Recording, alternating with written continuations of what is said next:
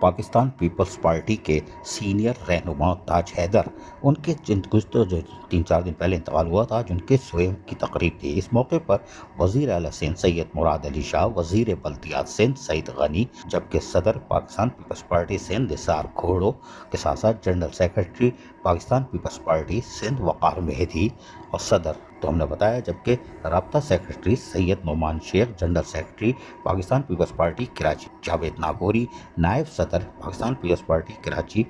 مرزا مقبول، جبکہ پیپلز پارٹی کراچی ڈویژن اور تمام ضلع کے عہدیداران اور پارلیمنٹرز، بلدیاتی نمائندگان، سول سوسائٹی کے معزز شخصیات سمیت ذیلی تنظیموں کے عہدیداران اور کارکنوں نے بھی شرکت کی۔ اور سوئم کی اس تقریب میں، جو کہ اس کے اندر بنائی گئی تھی، وقار مہندی کے ساتھ ساتھ ٹکٹ ہولڈر NA 235 محمد آصف خان نے بھی یسرف مسجد و امام بارگاہ ڈیفنس فیز 4 میں ہونے والے سوئم کے موقع پر شرکت کی۔ یقینی طور پر وہ افسردہ تھے اور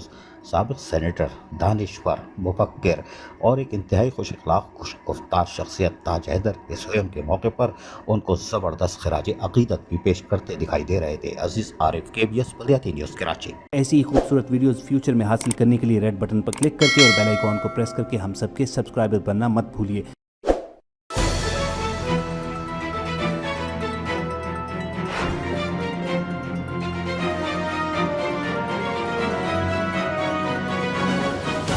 KBS بلدیاتی نیوز۔